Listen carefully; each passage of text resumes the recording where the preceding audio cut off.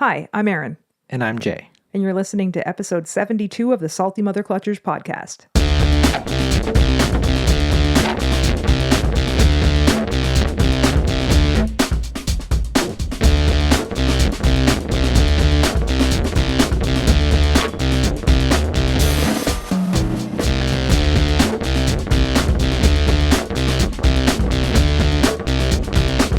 Like the reasons we ride motorcycles. Yeah. Right?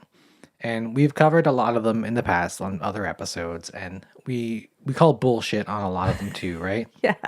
So it's like, why do we ride? It's freedom, and it's like, Yes. it's road therapy, wind therapy, like whatever. And it's like it's mostly bullshit, but it's like it's kind of valid in a way. Yeah. So I got like digging a little bit deeper into like the psychology of riding and like kind of what makes it different than other things that we like to do for like pastimes and therapy and Right, stuff. Like you yeah. can go for a walk, and it's I think we said on the therapy episode that it's about the equivalent of going for a ride. Right. Yeah.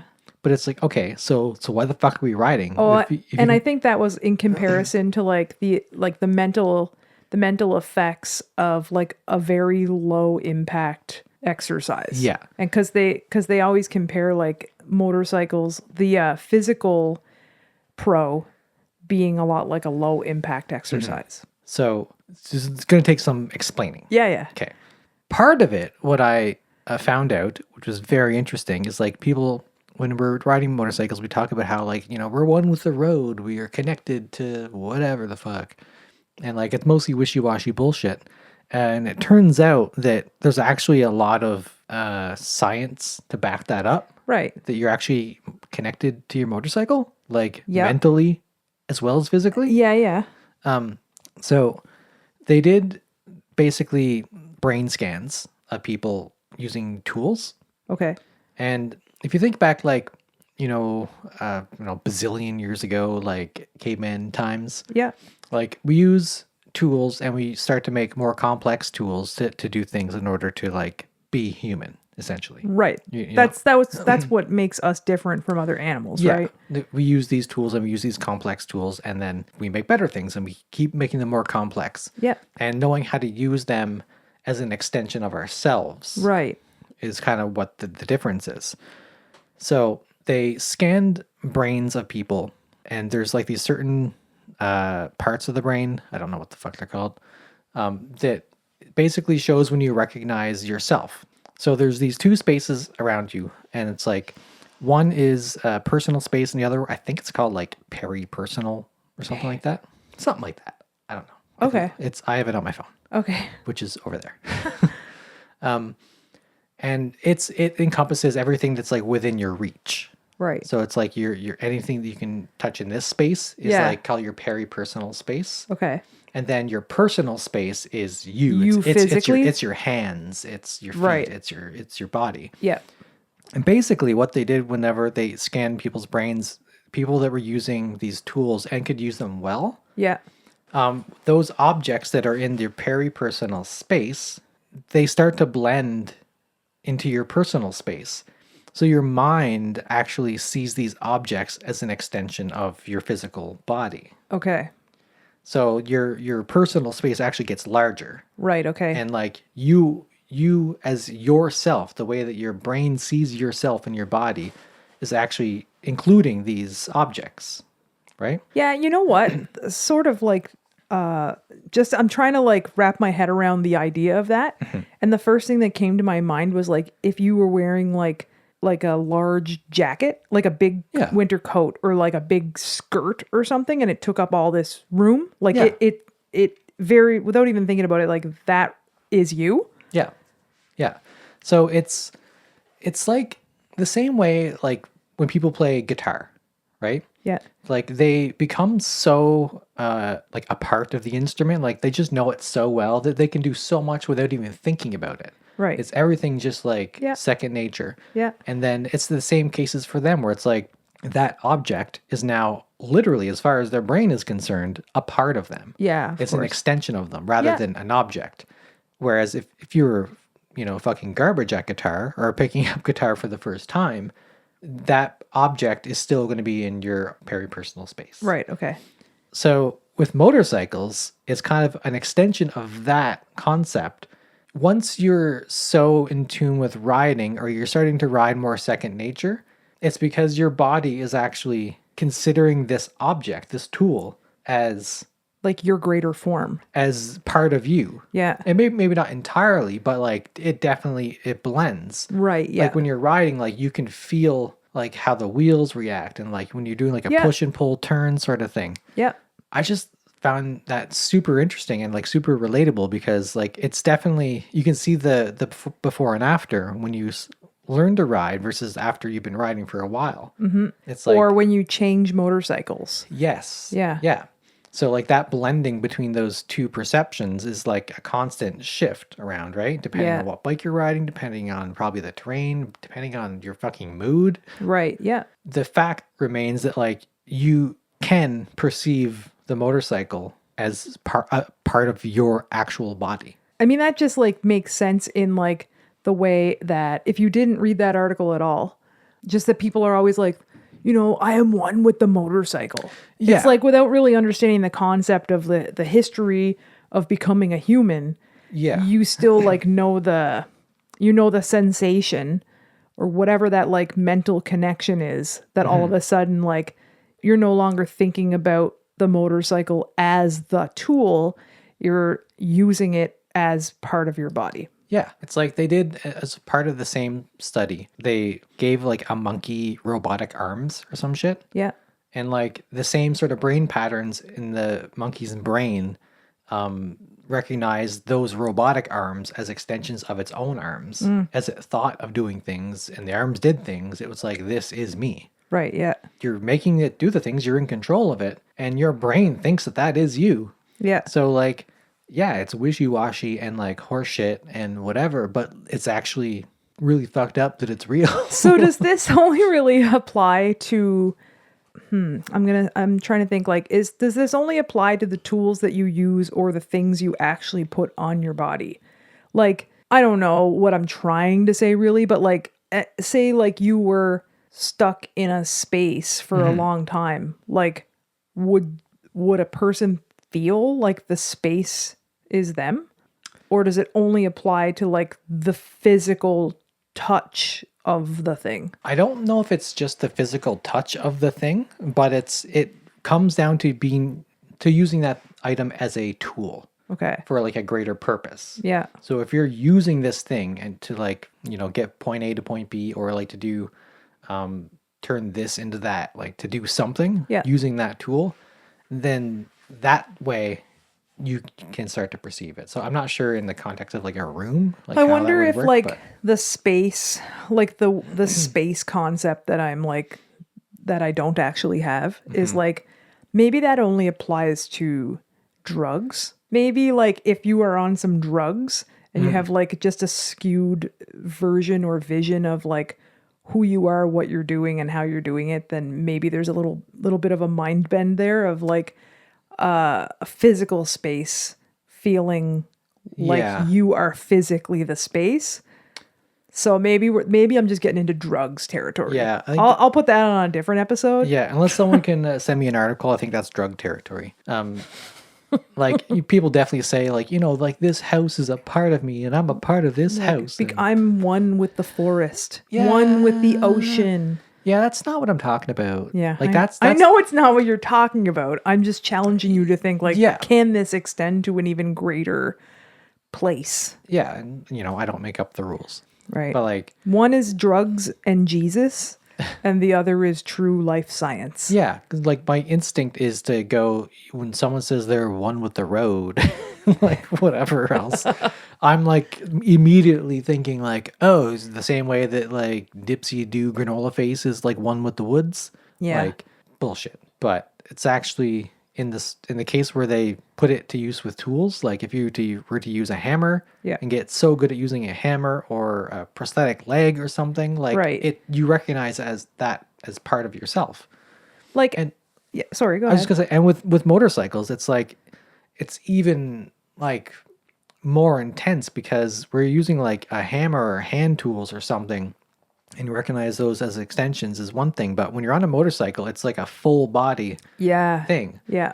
So when you say like about being in a room, like you're not really surrounded by the object that you're attached to, but when you're on a motorcycle and you're attached to it using your hands and your feet and your eyes Yeah, and your senses exactly. and everything, like all of that put together means that like you flying through the air on this thing is all the same entity. Yeah, it makes sense because you're anchored to it in so many different places. Yeah. And like, both feet and both hands are doing something aside from the fact that you are literally sitting on it. Mm-hmm. Like there's all these like points of you being anchored to it. And yeah, and really your mind is the giant controller, right? Yeah. So it's like, that's kind of interesting actually. This is one thing I thought of when I was reading this article and immediately was like, remember the big mechanical thing in the movie Alien at the end? Like she's in this big fucking robotic thing doing all the shit. Like, Yeah. And it's like, I would put money on like if that, I mean, assuming that this person uses this thing a lot and is actually quite fluent in using this machine. Right. That if they scan her brain, it would recognize that as an extension of her physical being. Right. So that like, that is you. And we talked about this on a different episode, I'm sure of it. I forget what context. But that it's similar to like that test where people do like they put a fake hand on the table, you take your hand out. You know what I'm talking about? Oh, yeah. Yeah. And the hammer? It was a viral video, I think, that like I think you could find it on Instagram or whatever. Yeah. Definitely YouTube, but yeah, the fake hand and the hammer and the people believing that this fake hand was their hand. Yeah, it's a very famous like science experiment. Like Yeah. it's a test. It basically shows that like what you believe is an extension of yourself based on what your brain tells you. Yeah. Actually can translate in your brain as like sensation and stuff, Yeah. right? Yeah. At what point, like, is it possible to blur the lines between those perceptions on motorcycles to the degree that you can actually feel the ground Right. or like actually feel like what the motorcycle feels? Yeah. You know what I mean? Like even like I just was like even thinking like the heat or the shifting, the whatever. Yeah. Like imagine getting to the point where it's like you're riding your bike and it's just like, like I don't feel so good. Something's wrong. And it's actually like you need oil Yeah. or like, Yeah. there's something Like I'm hungry and it's like, oh, I need gas. yeah, it's like actually I just need gas. That's why you're so fucking tired. Like Yeah. get a cup of coffee, fill up the tank and like you're good. Yeah. So it's like, Well, you definitely feel like you're drunk when you just need to put air in the tires. that's exactly It's true. like when you're walking drunk and you're like, whoa. That's exactly what it feels like driving with low air in your tires. Yep. So yeah, I don't know. I was going to say, so knowing that we were going into this and talking about kind of some brain shit and whatever, and, I'm sure we may have sort of talked a little bit about this on other episodes, but it doesn't matter because this is a new episode.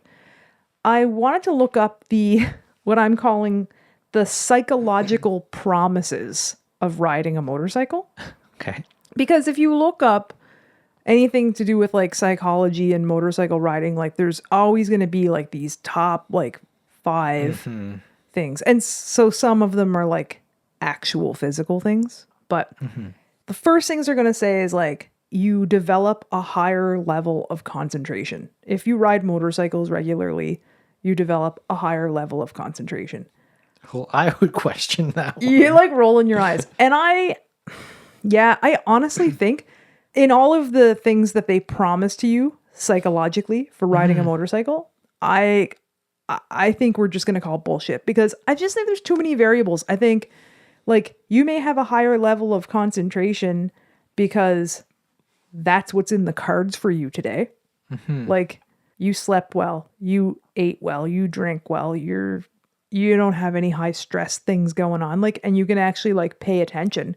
Yeah. But I don't think by default, because you are a motorcycle rider, that you have a higher like level of concentration than someone who's not a motorcycle rider. No, I mean, it's kind of counterintuitive to the bullshit that a lot of people say when they want to ride. Like, Yep. I need to go ride and just clear my head. Yep. It's like, clearing your head and concentrating are not the same. Absolutely. It's like, okay, so everything promises you that if you ride a motorcycle that it's like stress reducing. And I also think that's ultimately untrue. But I read this one funny thing that it's like it keeps your mind off worries, releasing a special type of hormones that Special type of hormones? listen, that boobs your mood and keeps you happy. What does that sentence even mean? So wait, you're going to boob your ride mood. motorcycles, get new hormones, grow boobs, and be happy? So It's motorcycles, gender affirming care. it's just HRT. Whoa. Oh my God. Like there's so like you look up this shit and it is so wishy-washy. You're just like, okay, yeah, but so does eating a chocolate bar. Like What? eating a chocolate bar reduces my stress for about 5 minutes. yeah. Boobs my mood and I feel happy. It's like you can't Yeah, I don't know. you can just apply that to whatever you want to apply it to. I think motorcycling is a lot more like an addiction than people give it credit for. Fuck yeah. I think when they say like, "Oh, it's stress relieving, it's this and that and this and that," it's like no, like you're wrong. Like when you actually think about it, like you're trying to chase a high of like that one time that it was reducing your stress. Yeah. And that one time that it was such a beautiful day, the weather was perfect, and you just had such an awesome time with like your buds or nobody. 90% of the time when you're riding is not like that. It's in traffic, it's in rain, you're covered in bugs, it's fucking cold, you're riding with fucking shitheads, like you're dealing with traffic and like cars and shit. Like most of your riding is actually really stressful. Yeah. So when you go out to ride and you're like, oh, I love riding because it does this and this and that, you're just trying to chase that like that high of Okay. That's the same reason you gamble and shit. So you want to talk about it from like the addiction perspective. So let's talk about adrenaline. So how many times are you on a motorcycle that you get some like adrenaline rush? Probably every time you ride. And it might be because someone almost ran you over. Yeah. But whatever the science part is that I didn't dig into or research heavily, apparently when we do have these rushes of adrenaline, there is a conversion to dopamine that basically every time you're going out there, you're looking for this dopamine hit.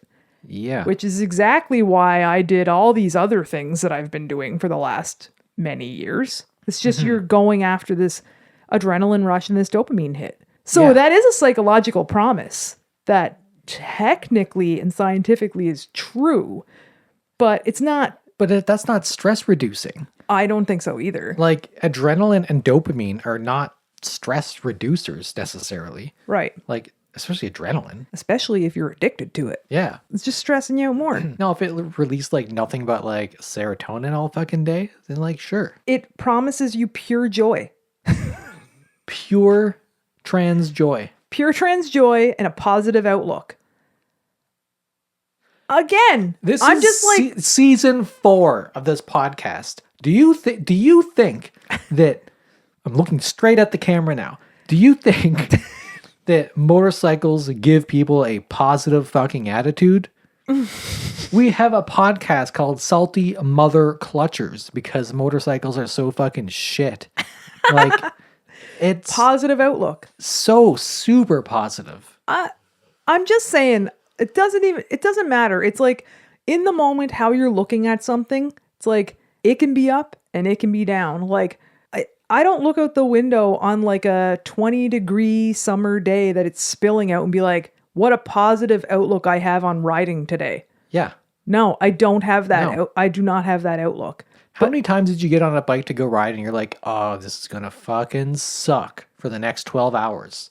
And a lot. Then that's your ride. Like I've had that feeling a lot. Yeah. Because it does suck. It does suck. And it's stressful. Next question. Did you want to go for a next one? Next one. Do we want to save these for we can save a couple for the bonus if you want. Okay. I'll do one more. So I guess that's the part where you're supposed to plug our Patreon so that, because I don't know do people not realize this? Like, unless you're reading our Instagram feed or whatever, like we have a Patreon. There's a whole bunch of bonus content. There's a video unedited full episode on there. Like all the fuck ups, all the nudity, everything. All the nudity. Oh man. Okay, so it enhances your brain's coordination skills. I mean, some people are good at the drums and some people are not. Some people are never gonna be good at the drums. Yeah. I mean, Okay. I know a lot of riders that are just not very coordinated. Yeah. So I think some people probably have enhanced coordination skills. And I Yeah. think that people may have an affinity for better coordination skills. I think this, like, you have to better define, like, what is a rider Yeah. for these ones. Like, yeah, if you go to like a motocross course where it's like mostly fucking 12 to 14-year-olds riding dirt bikes super fast around like dirt trails, Yep. I bet they're all really skilled, like insanely talented people that know exactly what they're doing. And I bet that really is improving their skills. And like in every positive way, that is legit. Yep. If you go to like a motorcycle rally, chances are these people are no more coordinated than your regular person, possibly even less so. You know what? That's just like everybody gets a ribbon. You know, it's like, no, just because you ride a Yeah. motorcycle, I don't think I can give you a ribbon for being like less stressed out, have more joy, have better coordination and better cognitive ability. Like, Yeah.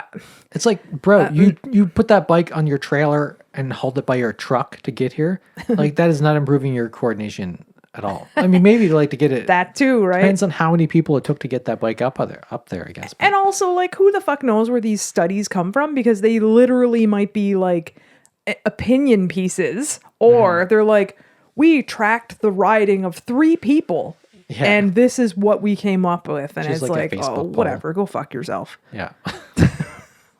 Yo, fuck this. Anyway, you know what fucking sucks? What fucking sucks? When you have people in the motorcycle community Huh?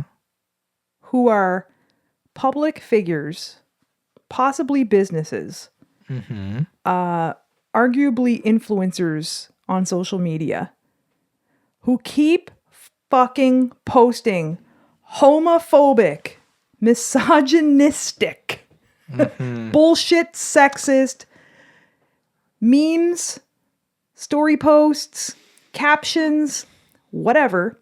And Yeah. everyone's just okay with it.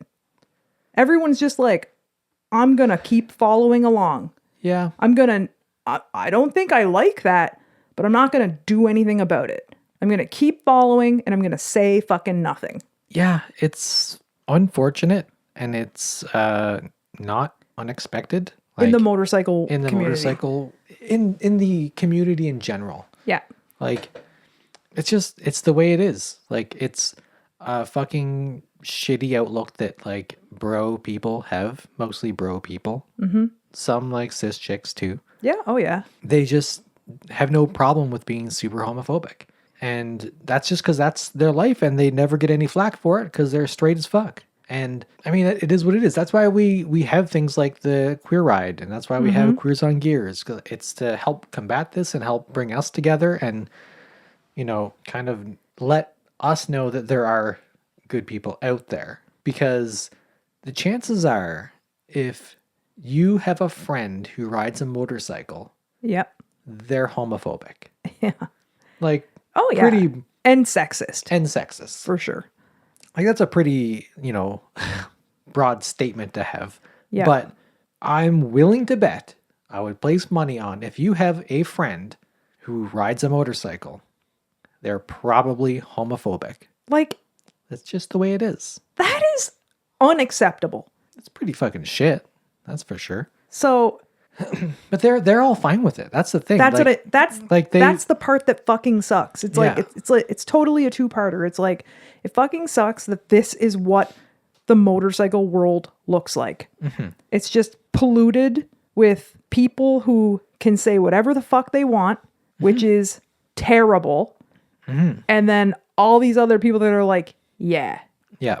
And yeah, cool. I would argue it's not even the person that's saying the shit who's the worst. It's the people that aren't saying fucking shit. Right. It's the people that are letting it slide by and going, well, I wouldn't have said it that way, or like, you know, Yeah. whatever, but still gonna buy this person's shit, like no matter what. And It's like those people are such a bigger, they make up the majority of the Yes. motorcycle community. So they have the power to shut these shitheads down. Yep. And they don't use it. Or, well, here's the other thing. It's like they can't actually shut these people down. It's going to take like a collective of people to just hit the unfollow button. Yeah. And keep their money in their wallets. When I say they, I mean like the group of they. So it's like, obviously I brought this up because something happened. Yeah. I think that I have fought a fight with someone like multiple times for being like, you can't fucking say that. Mm-hmm.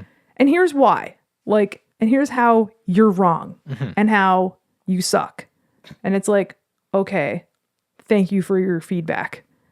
And thank you for speaking your truth. yeah, so I spoke my truth. And then I guess like I'm a little mad at myself because I stuck around for too long. And even I watched it go down. And something struck me not so funny the other day. And I was like, fuck this guy. Like, fuck this, fuck your business, and fuck you. And I basically started to even like call out some people and be like, if you're following this shit, not okay. And people were like, wow, that is not okay. Super not okay. But like, I did take some action, and it was, you need to stop giving this person your money. And people were like, you're right. Yeah. And one person who I had a conversation with actually did call this company out and say, yo, like, not cool, and got like a real shit answer about it. And then was just like, okay, well, that's not cool. So it's like, kind of, what's your next step here? What's your next step? Because like there's 12,000 people out there that are like, yeah, homophobia is fucking rad. Yeah. Because they want something from a homophobe. Yeah. A lot of allies following that page. Like, I'm remembering back to one of our misogyny episodes. There's a couple parts, but when we were talking about Builtwell, Yeah. and like their misogyny shit that they were posting, which is more like ingrained in the culture, sort of stuff. Yeah. They weren't mean-hearted about it at all, right? Right. So they were like, oh shit, like, sorry, we'll change it. Like, they kind of acknowledged it and that it was shitty and it's not a part of who they are, and they're moving forward. Right. Like, it takes someone to call them out on that in order for that to happen. Yeah. And they did what you should probably do. Yeah. So if you call someone out and then they're like, yo, what's your fucking problem? Stop being a fucking pussy about it. Like, excuse me? Yeah.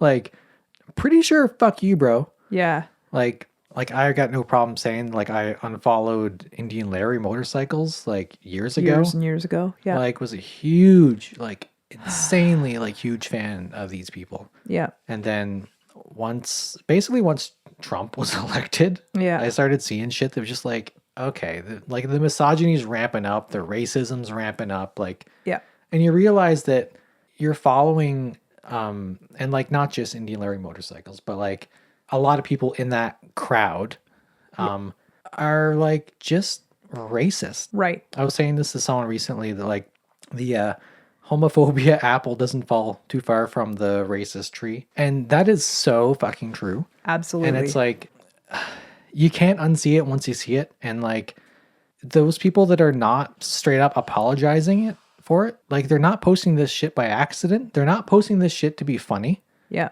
They're posting this shit to be fucking shit. They're posting this shit because they believe it to be true. Yeah. And Fuck those people. fuck those people. I don't know if like people realize that, like, you know, when their name is like next to an account because they follow it, they are casting a vote for racism, homophobia, transphobia, sexism, misogyny. Like, you are casting a vote for that. Yeah. So you're gross.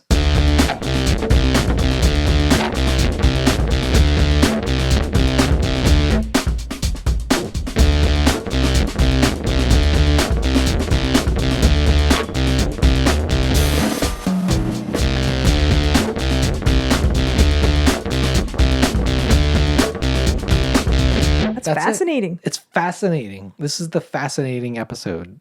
This is The fascinating science episode. yeah. Bosco, go lay down, bud. Go lay down, Bosco. Fuck, I'm good at that. Yeah. Like the therapy of riding.